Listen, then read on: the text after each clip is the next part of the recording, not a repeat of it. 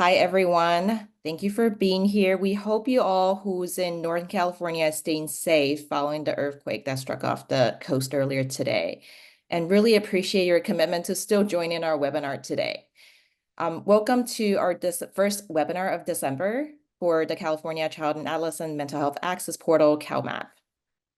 If we can advance the slide. We now have a new name, but we're still the same group and offering similar services. Please call us at 800-253-2103 or request a consult online at cal-map.org. We provide real-time consultation that includes clinical and personalized guidance on how to apply what is taught in our webinars to your own patient's care.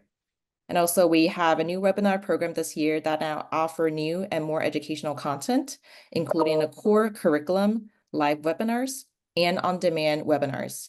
There are also different types of project echoes that you can learn more about on our website. Here is a link that you can sign up for on-demand monthly webinars. You can view webinar recordings on your own time and answer questions afterwards to get CME credits. At the end of today's webinar, make sure that you either click the link in the chat or a QR code at the end of the lecture to claim your CME credits today, because now this is the only way for you to get the credits. For our session today, the topic is autism. I'm Hohui Eileen Wayne. I'm one of the child and adolescent psychiatrists at CalMap, and I also help organize CME and educational activities along with our wonderful CME committee members. Before we introduce our speakers today, I have a few housekeeping items to go over. Today's session will be recorded and posted on CalMap website for your viewing in the future. If you have any questions during the talk or after the talk, please use the Q&A feature or email us. During the lecture, you can use the Q&A feature in the webinar, and we will save about 10 minutes to answer questions live if possible. We're going to then start introducing our panelists and speakers today in the order of their presentation. First is Dr. Enjey Lin, who is a clinical psychologist and associate clinical professor at the UCSF Center for Autism and Neurodevelopmental Disorders. Her clinical and research interests are in the assessment and treatment of people with autism and other neurodevelopmental disorders. Her interests including understanding and treating the overlap between core autism features and anxiety, and other comorbid psychiatric conditions. She completed her clinical psychology doctorate at UC Santa Barbara, clinical psychology predoctoral internship at Stanford, and her postdoctoral fellowship at UCLA. She has a doctoral training in the principles of applied behavioral analysis. She is also a certified behavioral analyst. She has specialized training in a naturalistic developmental behavioral intervention, pivotal response treatment, and her postdoctoral fellowship included a special interest and emphasis on the understanding and treatment of co-occurring anxiety disorders using modified CBT in child and adolescents with autism. Our second speaker is Marielle Ramsay, licensed social worker. She is a bilingual Spanish and English speaking licensed social worker who has extensive experiences in providing therapy and other services for both Medi-Cal and commercially insured patients and families. She's an early childhood mental health specialist and provides comprehensive services to the monolingual Spanish speaking community. While her healthcare background informed her role in care coordination, her focus as a care coordinator is not to provide treatment, but to identify and link families to resources that may help them to better understand, access, and manage their kids' mental and behavioral health concerns. Last but not the least, Dr. Zara Szeftel. She's a child and adolescent psychiatrist at UCSF Children's Hospital, Oakland, and the Division of Child and Adolescent Psychiatry in the UCSF Department of Psychiatry and Behavioral Sciences. She provides clinical care in the outpatient clinics at the Benioff Children's Hospital, Oakland, and Zuckerberg San Francisco General Hospital and Trauma Center. She completed her bachelor's degree in psychology at UC Berkeley, medical school at Ben Gurion University's Medical School for International Health in Israel, adult psychiatry residency training at UC San Diego, and her child and adolescent psychiatry fellowship at UCLA. For the interest of time, I'm going to go ahead and let the speakers take over. All right, thank you.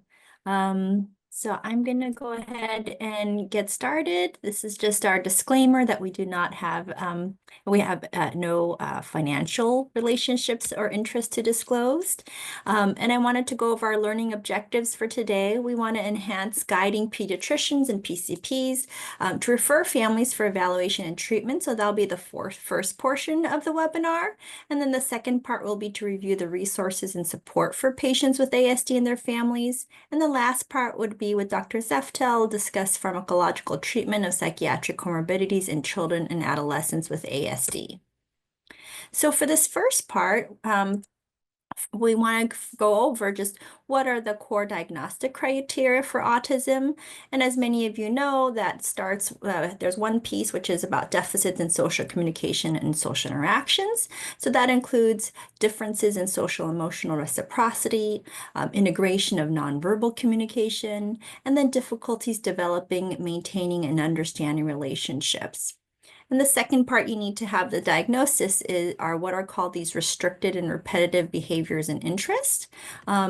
These include stereotyped or repetitive movements, use of objects and speech, as well as insistence on sameness, inflexible routines, ritualized behavior, highly restricted interest, as well as hyper or hyposensitivities. And we'll go over a little more nuanced ways of thinking about things as we move forward. Okay. All right. So for the first part, when to consider referring a child for an evaluation, you know, initially, I think there's a lot of research showing that pediatricians are really making a lot of gains with referring families for evaluations. And there's still more, more movement forward that we can make with this. So one of the things to keep in mind is that with parent concern, there's many ways that this can be captured. One is with screeners that parents have filled out and that are elevated, but another way to rely or to get this information is really just getting that information from the parent themselves. There definitely are times when the screeners are not elevated, parents are sharing and disclosing things that are concerning to them, as well as parents sometimes really concerned that other people have in the child's life, grandparents, or maybe even school or daycare providers who have concerns that their parents would relay to PCPs. Another thing to consider is when there's a family history of autism, that a sibling was diagnosed with ASD, there's a 30% chance of that kid having some kind of neurodevelopmental condition, whether or not it's autism or delays in language or ADHD. And so it's really important to be able to screen or monitor those kids, the siblings, a little more carefully. But sometimes pediatricians just have their own concerns as well. And that can come from directly asking parents about their child's development, but also just observing interactions with the child and the family that pediatricians, are really more well trained than they were before of looking for these markers for autism or concerns. And so they are just becoming more well trained in looking for those. Especially pediatricians have this special role that they see the kids over time for multiple visits. And so they get to see kids grow up and then they start to see, over time how kids are changing.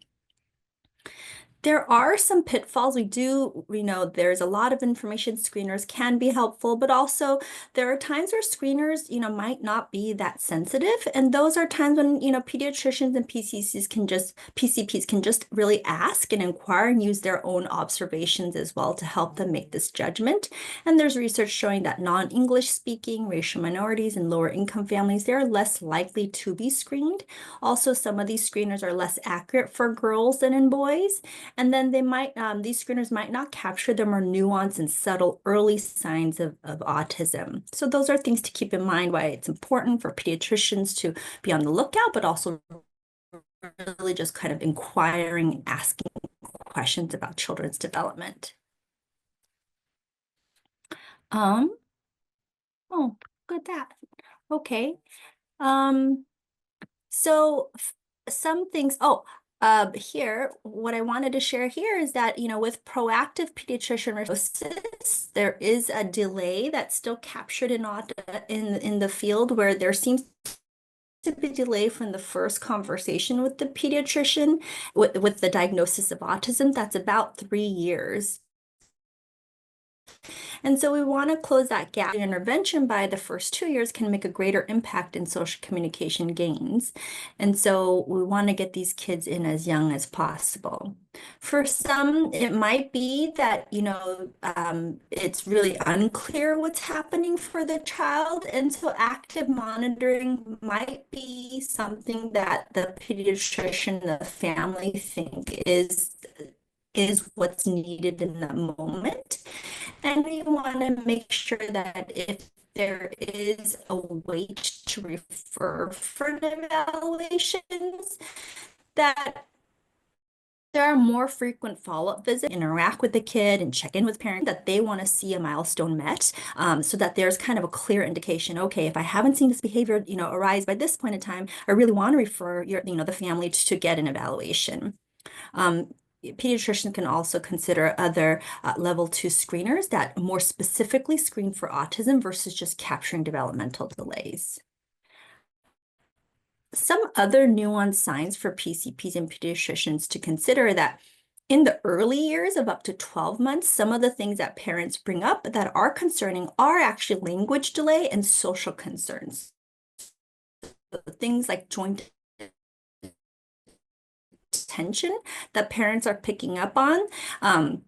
That actually changes. Later concerns become more about behavioral and motor concerns. So, hey, my child's lining up toys, or my child's having really significant or frequent, emotion dysregulation times.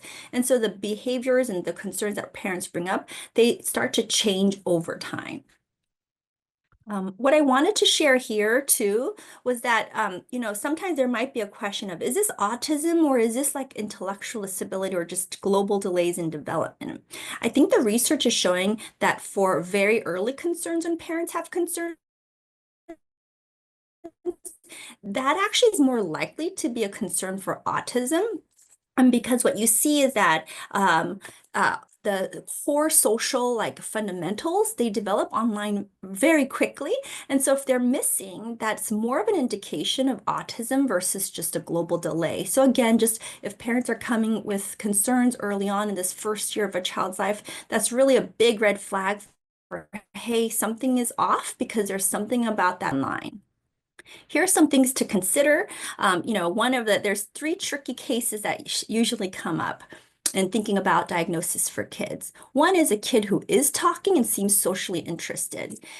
It's often maybe overlooked that there are actually a lot of kids who have autism who have average to higher IQ, and they are verbal. So these kids are often harder to kind of think about in terms of having autism, and maybe more subtle signs that they show.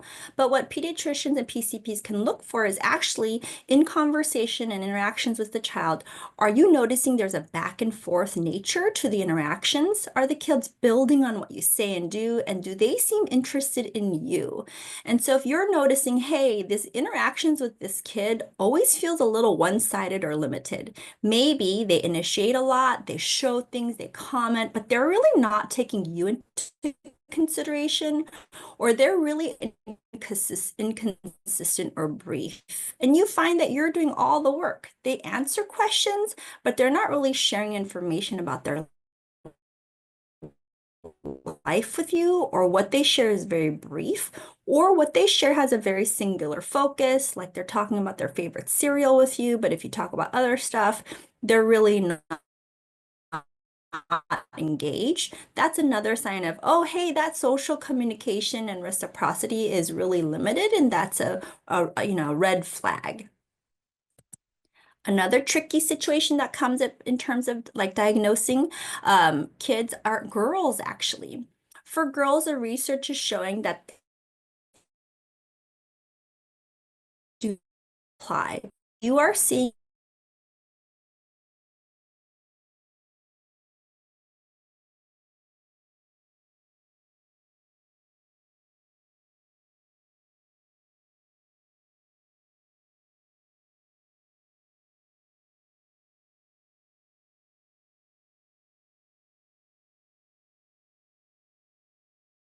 most consistent is showing that they have milder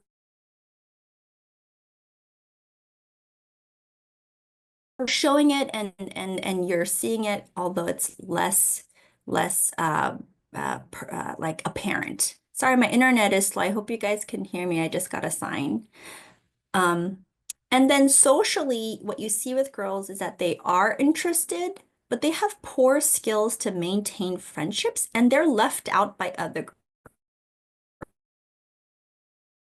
quality friendships and what's happening.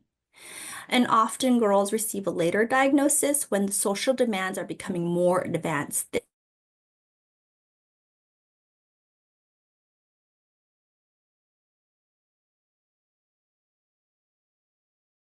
Relationships.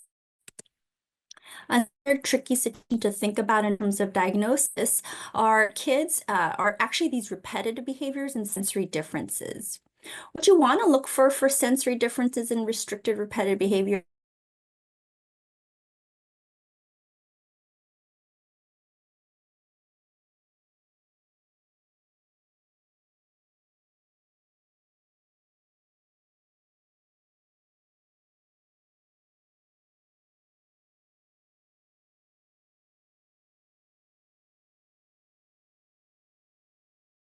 diagnoses. Something to think about, and that can be helpful with sensory Hey, Enjey, sorry, we're Dr. Lin, seeking behaviors, sensory sensitivities like sensitivity to sounds. That's actually quite yeah. sorry, Dr. Lin, would you mind turning off your video just to see if that would You're help losing me? for quite a bit?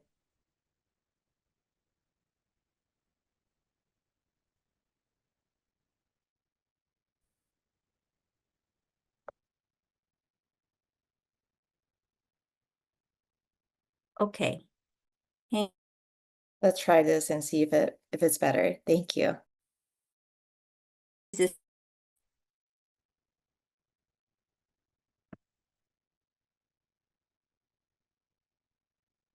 okay? Sorry. Yeah. Can you hear me okay now? Yes, we can hear you now.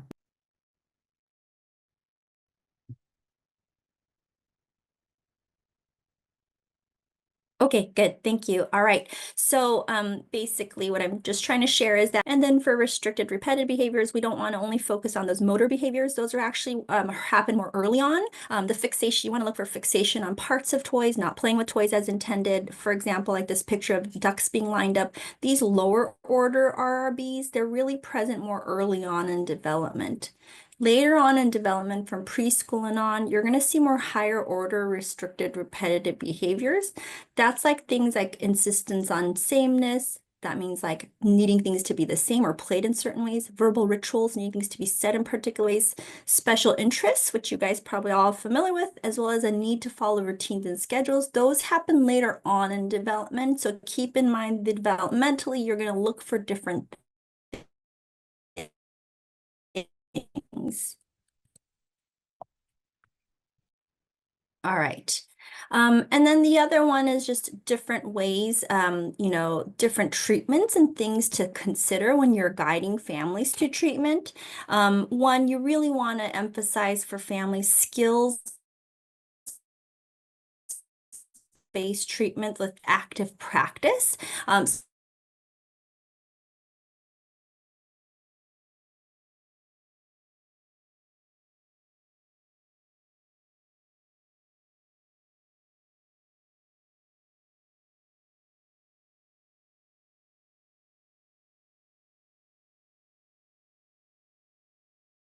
Skills. And another for understand is that parent involvement is really key for success. It really helps to have parents learn the skills and really coach and teach their kids and use it with their kids. Are you guys still hearing me okay? It is still breaking up. Maybe should we move on to the second part of the presentation, and if there are just a few more slides, And then also that okay.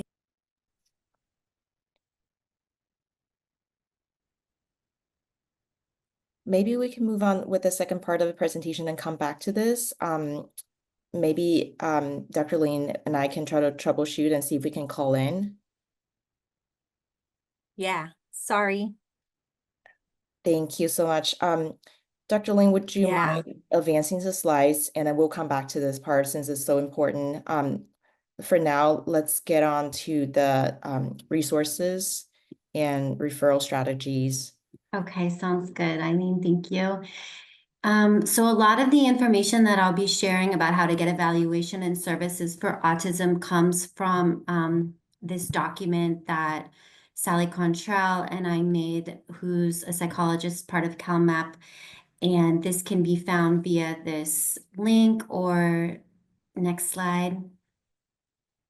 It can also be found under our website, under resources. So, Enjey, can you go to the next slide?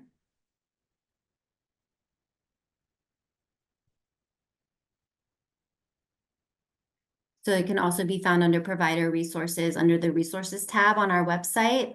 We have table of contents based by diagnosis, and it can be found under the autism tab. Okay, Enjey, next slide. So it's important to know that there's basically 4 systems of care that we work within in order to link to services for ASD. And that's regional center, health insurance, the school district, or the variety of benefits that are available to the family if they qualify for additional supports, which is often a priority for a family as they're often impacted by their ability to work or really need support in providing for their child. Next slide.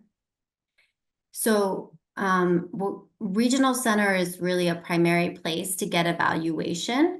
Regional centers have 2 programs. There's the early the early start program, which goes up to the 3rd birthday. This is a really great time to refer before age 3 to regional center because there's a shorter window that they're required to provide an assessment.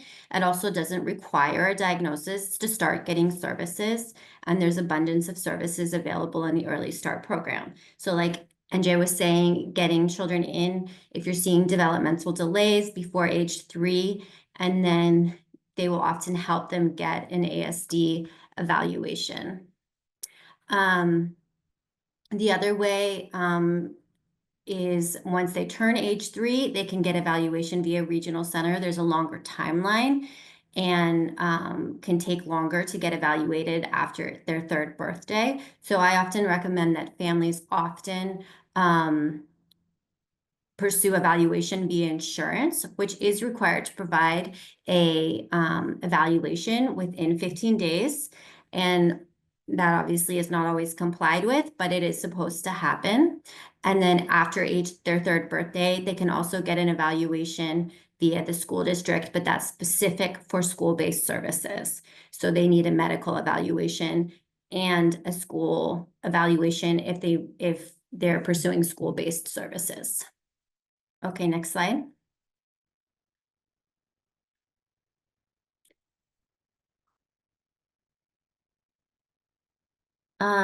This is I once heard someone tell me that regional center for families is like going to a restaurant without a menu. There are a lot of services that are available through regional center, and I often advise families to connect with parent support groups for autism or a parent training and information center, which we'll talk about more, in order to get more information about what they can ask for.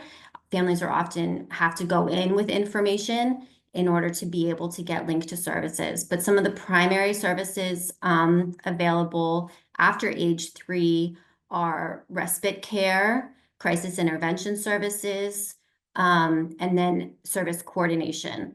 Age 3 and 4, you can qualify for regional center without a diagnosis still, but by age 5, you do need a diagnosis to become a regional center member. And then once you're a regional center member, you are for the remainder of your life. Next slide, please. These are some tips for troubleshooting regional center. As there's like today, this morning, I met with a caregiver and the supervisor, and it was incredibly helpful. So I often recommend families have a relationship, or you as providers have a relationship, not just with the case manager, but with the supervisor. And then there's ombuds people from DDS who are amazing. And I often link families to the ombuds people at DDS who can help them file complaints and appeals and give them more information about their rights as a regional center client. And then regional center clients also have the right to an attorney via Office of Clients' Rights Advocacy, which can be another good resource for getting help, not just with regional center, but with school district benefits and insurance. Next slide, please.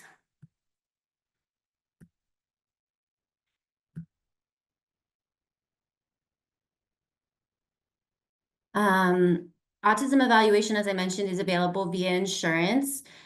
And these are some of the rights that families have. It's good for people to know their rights when they're working with their insurance company. And I often recommend that families, when they need an ASD evaluation or they need ABA or other services, that they call their insurance. Insurance will often initially provide a list of places for the families to call. It's often not updated. It's complicated. So the families can ask for a case manager with the insurance company who will work closely with the family to help them find a either provider who can evaluate or other services, including mental health services and ABA. You can go to the next slide. Families can also file complaints as a way to get faster services with their insurance company. These complaints can be filed, and there's more information in the document, not just with the insurance, but with the Department of Managed Care or Department of Insurance. It sort of depends on what insurance that you have. In terms of school, this is after age 3, where families often get services for their child, including speech therapy, occupational therapy, and other services. It is possible for you as providers to also refer them to services outside of school, such as speech and occupational after age 3, but it requires insurance approval. And so often, your advocacy in that realm is important.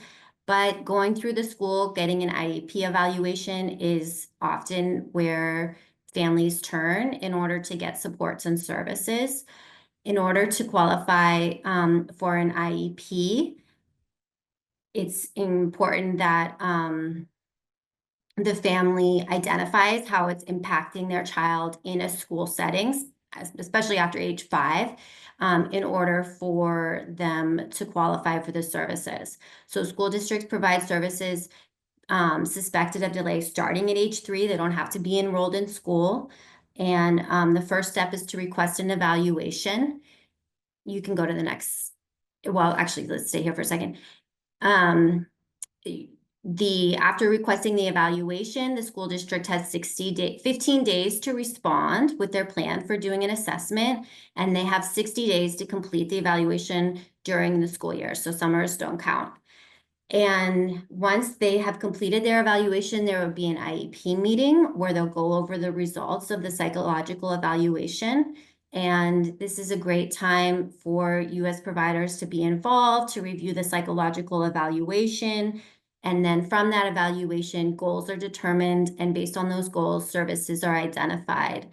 And then this is also a time that we recommend that families connect with parent training and information centers or other supports in order to really know their rights. And then there's a every 3 years further evaluation and assessments and annual IEP meetings, though families can request an IEP meeting every 30 days.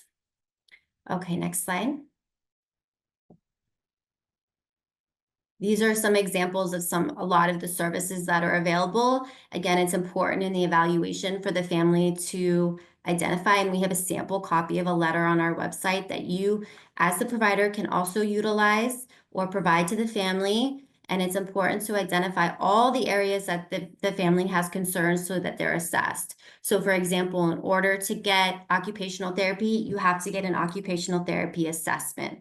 So it's important to request what specific services you want based on what you're requesting for to be evaluated. So a lot of times when I go to IEP meetings, one of the things that I'm supporting the family is asking for further assessments so that they can get services that they're wanting. Okay, next slide, please. Some tips for troubleshooting, as we mentioned, that the family is putting everything in writing so that the timelines are respected. DREDF is an excellent resource. DREDF is a parent and training and information center. Sorry, this map is a little outdated. Actually, the whole Northern California is served by DREDF, except for North Bay, like Sonoma Marin, that is served by a different parent and training information and center called Matrix. But DREDF does have excellent webinars that I often refer families to, and I attend and encourage providers to attend, that are very informational about what IEPs are and what families' rights are, clients' rights are. And then they also, this is a great document, the Special Education Rights and Responsibilities. It's really easy to use online and basically helps identify when you're coming into roadblocks within the process, what the school district is obligated to do by law and what the rights are of the caregivers. Okay, next slide, please. So lastly, really want to emphasize how important it is to inform families of the benefits that are available to them. A lot of these benefits are based on income, like SSI. There's also Cash Assistance Program for Immigrants, which is a California program, CAPI, which is for families that do not have or the child themselves who you're soliciting, the family soliciting the SSI for, does not have a social security number. They can use the Cash Assistance Program for Immigrants to get a cash-based support every month. In-home support services is a really important program that allows caregivers or people that they choose or professionals to assist with the caregiving of the child. One of the ways that families with ASD will use IHSS is for something called protective supervision when there's safety concerns for the child. So the child might be able to do a lot of their ADLs, but need protective supervision. And the caregiver, if they have a social security number, can be the IHSS provider themselves. In order to qualify for IHSS, you do have to have Medi-Cal, but families can get Medi-Cal regardless of their income via regional center with something called institutional deeming. That allows them to either have Medi-Cal as a primary or secondary insurance, which can assist with medical needs, but also can allow them then to access IHSS. Then there's a number of other benefits that families can, especially families who are impacted economically, can access. And these are some of the examples. Next slide, please. Okay, that's it. I'll pass it to Zara. Thank you, Marielle. As the last section of our talk, I'm going to talk a little bit about medication management, and in doing so, talk a good amount about comorbidities in kids with autism. So I love this diagram just because it, shows too much clearly is what we're dealing with kids with autism. Autism spectrum disorder is a spectrum. It's very heterogeneous. So along with the core symptoms of autism, which, that's what we're diagnosing, we have the different levels of functioning in terms of intellectual disability, language ability, and just adaptive functioning.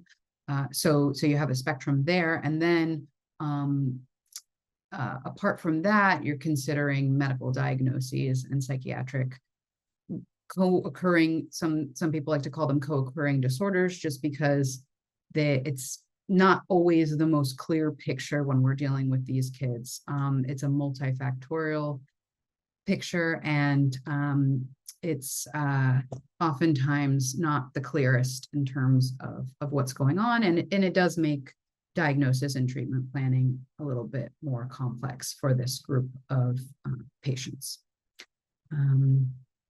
And you can just see some of the issues that we run into in terms of medical. You have genetic syndromes like Fragile X, you got GI issues, oftentimes where, kids not being able to communicate, but being very constipated. Dental issues come up too. It's not on here, seizures. And then what I'm going to talk about is some of the more behavioral issues, ADHD, anxiety, depression, OCD, and irritability and aggression. Next slide. So we know that psychiatric comorbidity is much more common in individuals with autism than in the general population. Some saying that 70% of these kids have at least one comorbidity.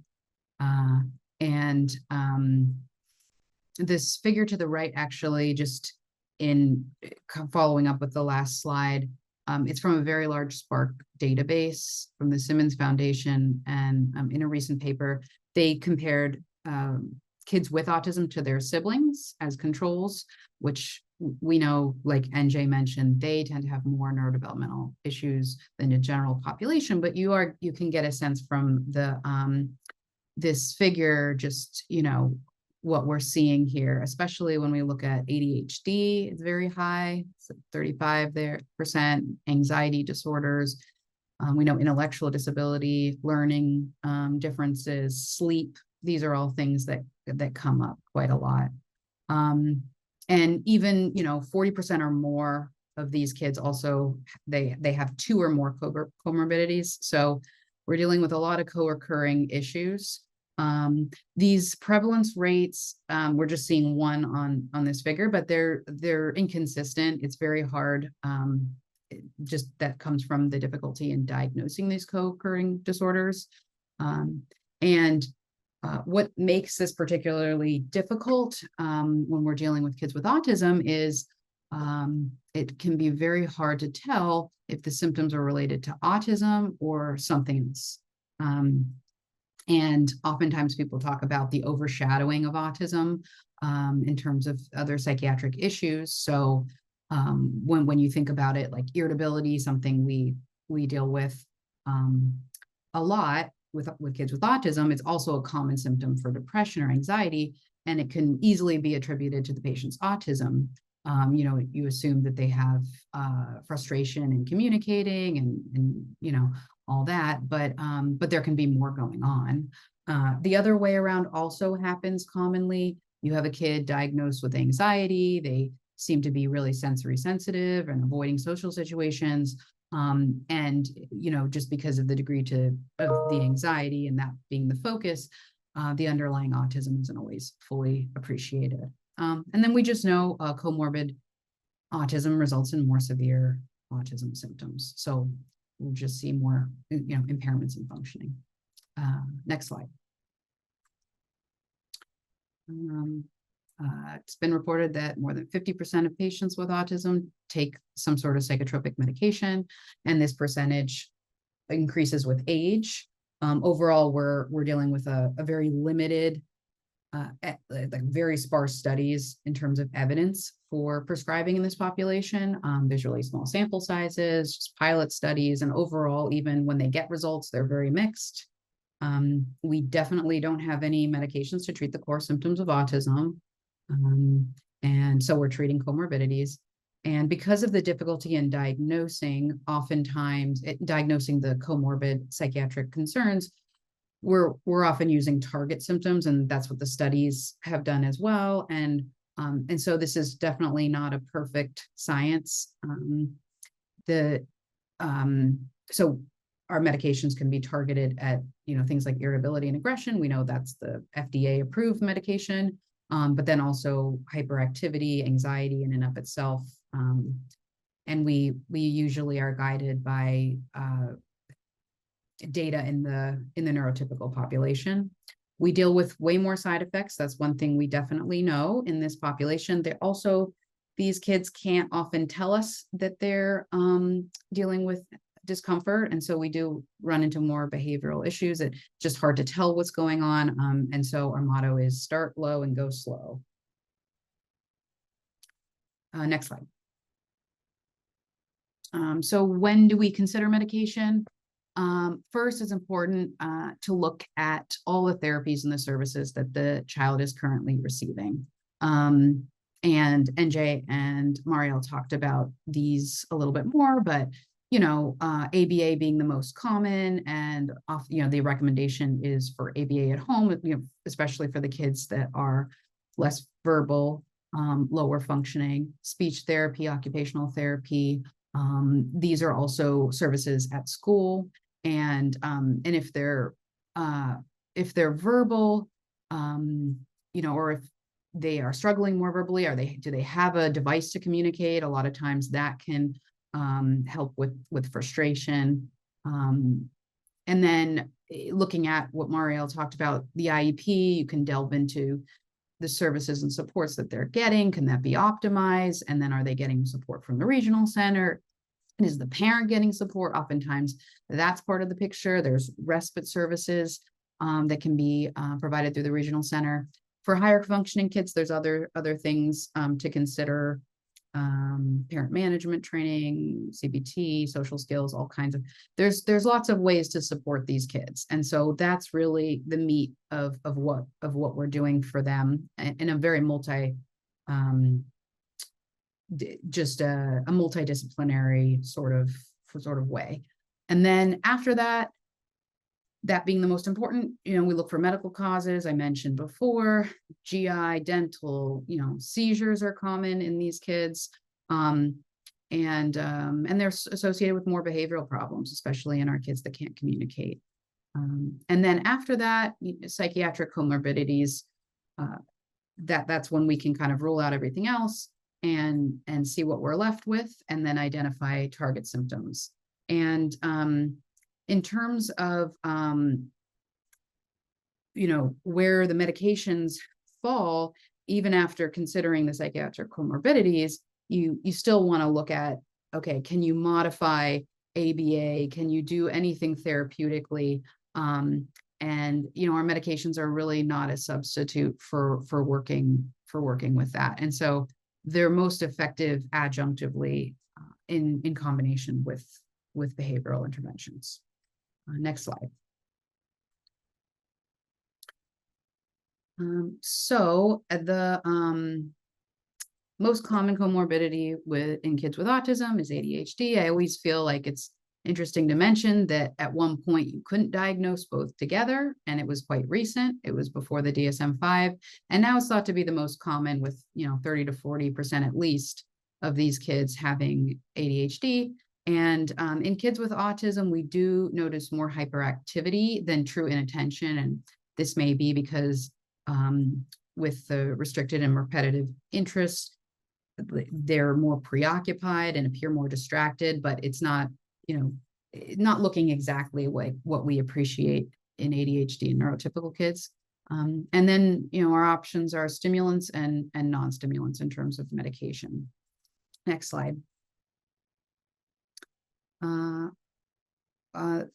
So there's fewer studies to guide how to prescribe ADHD medication in kids with autism. It looks like the title doesn't reflect, but we're talking about ADHD medication here. So the studies are mainly in kids without autism, but when we look at the majority of the studies that have been done for kids with ADHD and autism, it's with the methylphenidates, and that's where our best evidence is. The methylphenidates are Ritalin-related formulations, which there are a ton out there, but they're all essentially methylphenidates. We know that, if we compare it to the MTA study, our response rates in kids with autism are slightly lower, so they're not at 70 or 80%, they're more like 50%. And they do end up with more side effects, the appetite suppression, insomnia, irritability, emotional outbursts, some of the same stuff that other kids can get, but they more often get it. And, the discontinuation in these studies was higher due to these side effects. And I mentioned before just that there's more hyperactivity that we see in these kids with autism. And so the effect on hyperactivity is more pronounced for the medication. The amphetamines have less, amphetamines being Adderall, Vyvanse. There's less data, but generally what we know about them is they're more potent. And so the studies have shown more irritability and aggression in kids with autism who take Adderall and Vyvanse, those sorts of things. So the non-stimulants are most commonly prescribed are the alpha agonists. Their overall, the alpha agonists being guanfacine and clonidine, they're overall better tolerated. And so there haven't been a ton of studies, but the few randomized controlled studies of guanfacine have shown that it's actually similar in terms of response rates to methylphenidate, around 50%. This is very different than in kids without autism. The methylphenidates are much more effective, but this is for this population, this is what it looks like. And there's lower rates of discontinuation, and you have just some other things that have been looked into in terms of the effect on disruptive behavior, anxiety, clonidine, which is more sedating, thought to help more with sleep latency. Some of the nighttime stuff, it's not as impressive with the evidence as we would like it to be. And Strattera is not an alpha agonist. It's another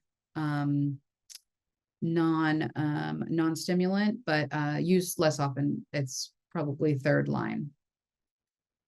Okay, and can you go to the next slide? I'm just gonna see, we have a couple more minutes, right? So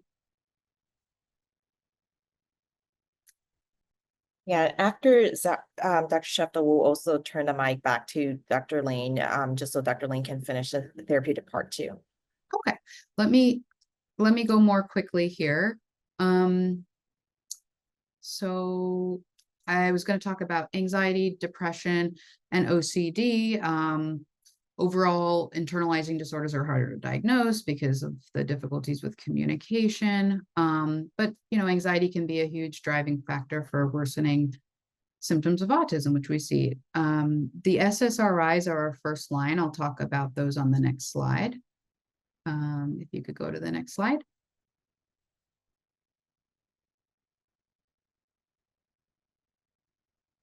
Okay, and like everything else, we would like the evidence to be better. It's quite mixed, more mixed than other things. But still, this is our number one medication that we use. So it's variable response we get. But in general, it can be very helpful for anxiety. The one thing that we run into more often is an activation side effect, which is a feeling of restlessness, anxiety, irritability, difficulty sleeping. And it can happen with any of the SSRIs. Fluoxetine, Prozac is the most activating. And so again, with the low dose, starting low, going slow. Okay, if you could go to the next slide.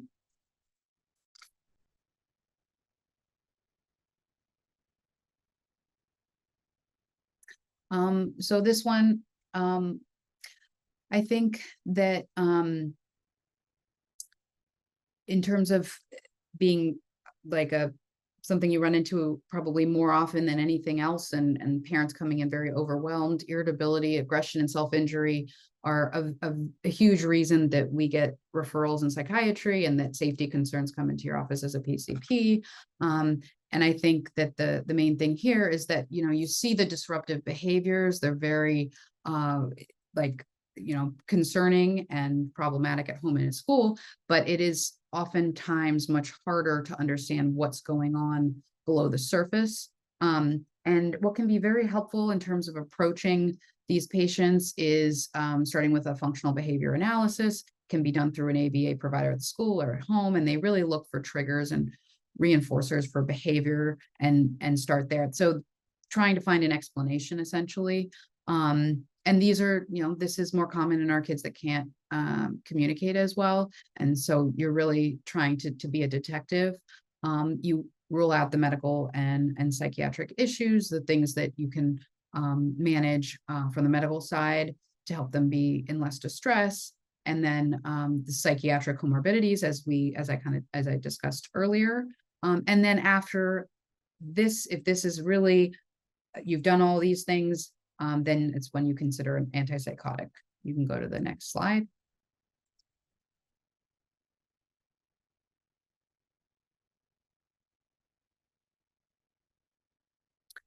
They're very effective. This is Risperdal, one of the well-known studies, the RUP study. And you can see effectiveness for irritability on the left and overall functioning on the right. They're great in terms of like efficacy, but what's not so great are their side effects. And if you could go to the next slide. And I'm almost done here. Another minute. Risperidone and aripiprazole, Risperdal and Abilify are the FDA-approved medications for irritability, and aggression in autism. And they cause a lot of metabolic concerns, weight gain. You got to follow their A1C. It's a lot to manage. And so whenever we start a medicine like this, we are immediately considering when we can discontinue it. So it's our last choice, but it is effective especially if there are safety concerns. Next slide.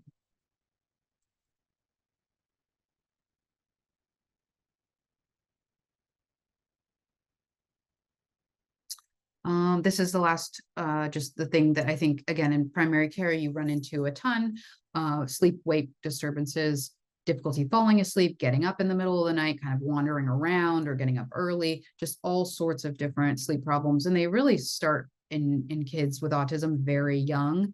And, behavioral issues during the day, sleep dysregulation at night, there's oftentimes this cycle that's hard to get out of. Medications are often prescribed, things like Benadryl, clonidine, and ultimately they don't have any evidence and they don't tend to be effective. And so what we know is the behavioral interventions are by far and wide the thing to go with. And that's just, sleep hygiene, creating a routine, having a visual schedule. This is the one from the Autism Treatment Network, which I really like, and I recommend sharing. It's their sleep toolkit. And kids with autism are very routine bound. And so creating a routine and having it be very easy to take in, that's, the best. And keeping the screens away, just like any other kid. Melatonin has a little bit of data as well. So we try that. And then, if a comorbid psychiatric concern is playing a role, then looking at treating that as well. All right. Thank you, Dr. Szeftel. We're going to turn it back to Dr. Lin. And since we have a few questions waiting in the queue, why don't Dr. Lin, you can elaborate on, I think there's a good question from Q&A that he earlier answered, and also maybe touching on some of the points that you were going to wrap up with earlier with the talk. So the question that was raised by one of the attendees was how to tell between OCD and autism since they both have rituals. Yeah, can you hear me okay? Yes. And I think Okay. also the other challenge for a lot of pediatricians is the kid is nonverbal, so it may be hard for them to tell the nature of the rituals. Yeah, to be able to distinguish between OCD and ASD related, repetitive behaviors, it really is about looking at the emotional valency or how that kid is experiencing pursuing those kinds of repetitive kind of insistence on sameness behaviors. So if you're seeing the child when engaging in that behavior, looking very distressed. And if the child is verbal and the child is able to convey, oh, they're doing this because they're worried that if they don't line the ducks up all in a row, mom and dad are going to get really hurt. That's more a sign of OCD, that there's this negative valency. They don't want to do it, or they're trying to ward off something bad from happening.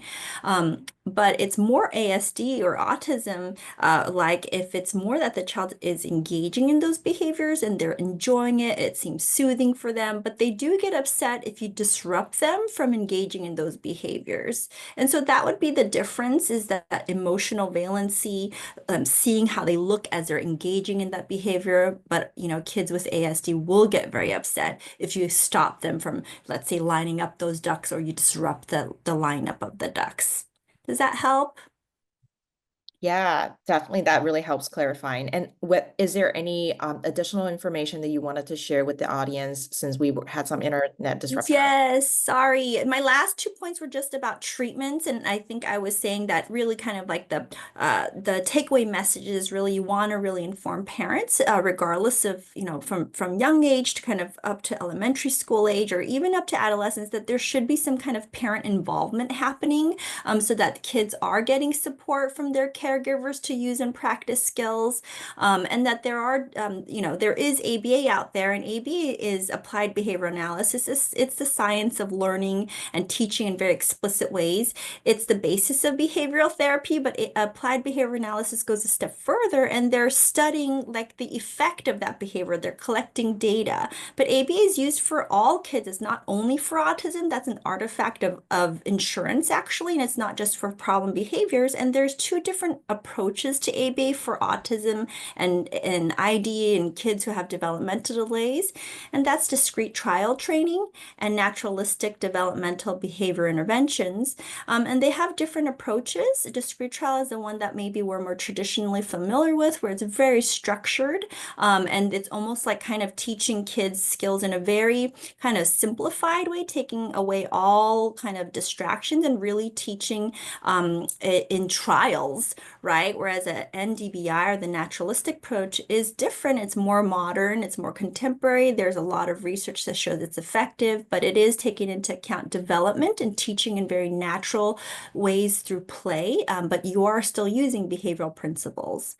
And the last part I was just going to say is there are, kids with ASD, they have many multiple different kinds of needs. And so cognitive behavioral therapy and those types of therapies that have a behavioral component to them for psychotherapy are also showing to be effective, especially for things like anxiety. But kids do need to be, at least 4 or 5 years old and be verbal, as well as having cognitive abilities that are around the age of their actual chronological age. And so that's something else to consider and to promote to families if there are other concerns out there for that kid beyond kind of social communication or play-based kinds of concerns that ABA would address.